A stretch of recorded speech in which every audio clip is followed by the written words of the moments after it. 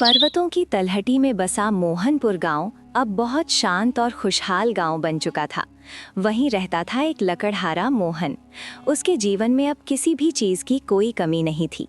वो अपनी पत्नी और बेटे के साथ खुशहाल जीवन व्यतीत कर रहा था। राज्य में सब कुछ शांत था, लेकिन ये शांति तूफान से पहले वाली थी।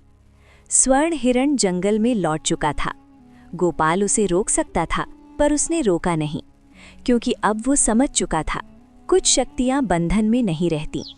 लेकिन एक दिन आकाश गहरे नीले से हल्का होने लगा था।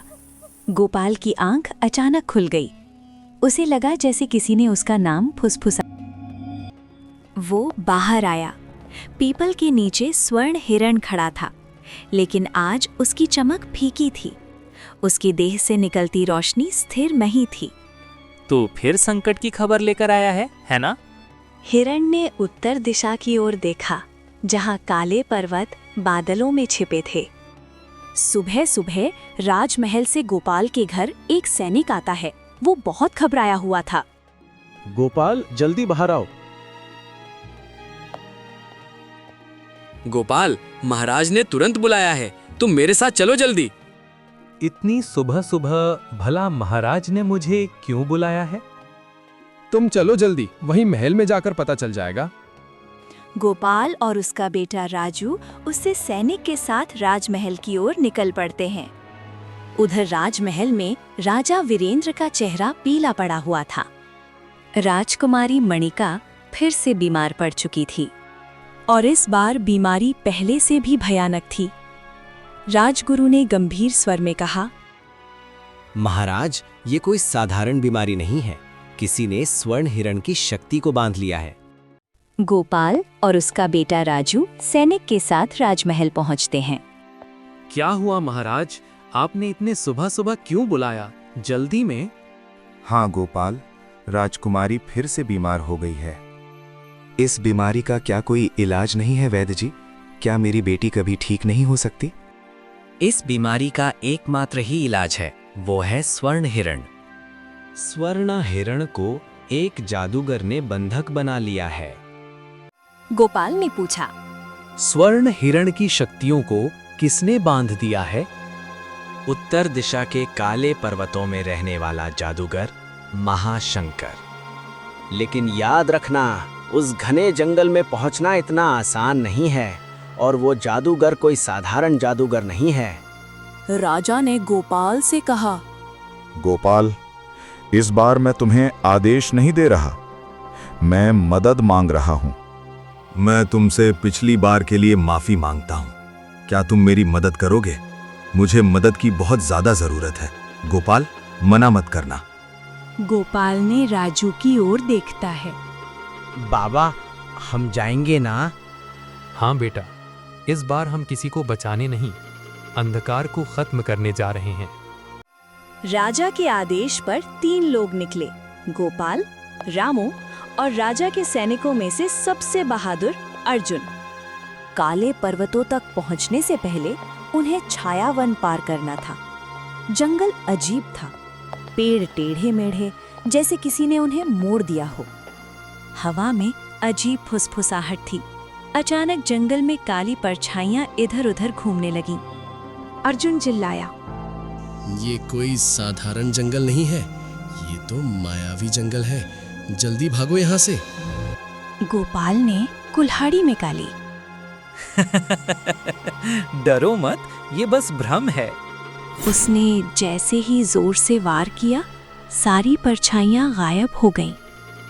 अगर हम डर गए तो ये जंगल हमें खा जाएगा। धीरे धीरे वे छायावन पार कर गए। जैसे ही छायावन पार किया तो पत्थर की घाटी आ गई। जैसे जैसे बी तीनों आगे बढ़े तो एक पत्थर की गुफा के पास पहुंचे, जहां हर आवाज गूंजती और वापस हमला करती। अर्जुन ने चिल्लाया, सावधान!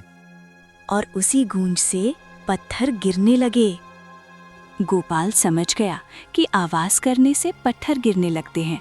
कोई आवाज मत करो, ये घाटी शोर से हमला करती है। तीनों धीरे धीरे बिना बोले आगे बढ़े। अचानक रामू का पैर फिसला। गोपाल ने तुरंत उसका हाथ पकड़ लिया। वे तीनों धीरे धीरे घाटी पार गए। रात हो चुकी थी। काली पर्वत की चोटी पर एक किला चमक रहा था, लेकिन वो रोशनी नहीं, काली ऊर्जा थी। अंदर महाशक्ति खड़ा था। उसके सामने स्वर्ण हिरण जंजीरों में बंधा था। आ गए तुम लोग, मैं तुम्हारा ही इंतजार कर रहा था। बड़ी देर कर दी आने में। तुम्हें कैसे पता कि हम यहाँ आने वाले हैं? मैं सब जानता हूँ, क्योंकि मैंने ही राजकुमारी को भी मार किया है। जब तक हिरन की शक्ति मेरी मुट्ठी में है, कोई उसे बचा नहीं सकता। अर्जुन ने तलवार उठाई और हमला करना चाहा, लेकिन जादूगर ने उसे हवा में उछाल दिया। गोपाल आगे बढ़ा और बोला, दुष्ट जादूगर शक्ति लेने से नहीं मिलती, कमानी पड़ती है। तुम जैसे गरीब लकड़हारे मुझे हराओगे? तेरी इतनी हिम्मत, अभी बताता हूँ तुझे। रामू चुपचाप हिरण की ओर बढ़ रहा था। उसने देखा जंजीरें चमकती हुई काली आग से बनी थीं। रामू चिल्लाया, बाबूजी, ये डर से बनी है। गोपाल समझ गया कि स्वर्ण हिरण डर रहा है। स्वर्ण हिरण, हम यहाँ हैं, तुम अकेले नहीं हो। तभी जादूगर ने गोपाल और रामू पर काला तूफान छोड़ा। गोपाल और रामू ने एक दूसरे का हाथ पकड़ा। उनकी आंखों में वही पुरानी आशा थी। स्वर्ण हिरण की आंखों में चमक लौटी। स्वर्ण हिरण ने जोर लगाया, जंजीरें टूटने लगीं। महाशंकर चिल्लाया, नहीं, ये असंभव है। हिरण पूरी शक्ति से दहाड़ा। सुनहरी रोशनी पूरे किले में फैल गई। जादूगर की काली शक्ति पिघलने लगे। गोपाल बोला, अंधेरा कितना ही गहरा क्यों ना हो, लेकिन कभी वो स्थायी नहीं रह सकता।